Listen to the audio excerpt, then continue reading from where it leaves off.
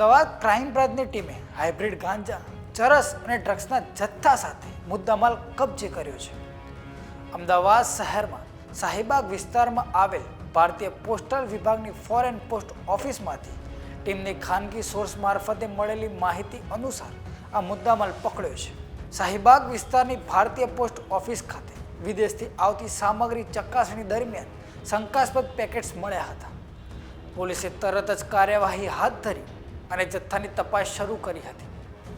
દેશ વિદેશથી આવતા મટીરિયલ્સમાં હાઇબ્રિડ ગાંજો, ચરસ, એમડી ડ્રગ્સનો જથ્થો ₹3,25,25,000નો મુદ્દામાલ કબજે કર્યો છે. આ જથ્થામાં 10,054 ગ્રામ હાઇબ્રિડ ગાંજો, 36 ગ્રામ ચરસ અને 248 ગ્રામ એમડી ડ્રગ્સનો સમાવેશ થાય છે. ક્રાઇમ બ્રાન્ચની ટીમે કસ્ટમ વિભાગ દ્વારા ફોરેન પોસ્ટ ઓફિસમાંથી ઘણા લાંબા સમયથી પડી રહેલા શંકાસ્પદ પાર્સલો સોંપતા સરકારી પંચોએ રૂબરૂ દરેક પાર્સલની ચકાસણી કરવામાં આવી હતી. ડાર્ક વેબ તથા ઇન્ટરનેટના માધ્યમથી યુએસએ, કેનેડા તેમજ થાઇલેન્ડ જેવા દેશોમાંથી અધૂરા સરનામા અથવા ખોટા સરનામાથી ગેરકાયદેસર ગાંજો, ચરસ, એમડી ડ્રગ્સ જેવા નાર્કોટિક્સ પદાર્થ અમુક વ્યક્તિઓ દ્વારા મંગાવવામાં આવ્યા હતા.